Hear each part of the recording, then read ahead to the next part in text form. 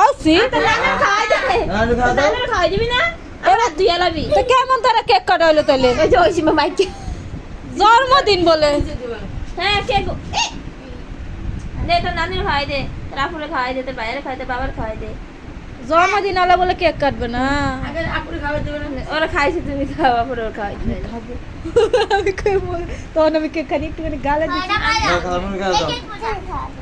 রূপা কইছে কেকটা মজা হইবে না ঠিকই মজা হয়নি দে আমার ইয়া আছে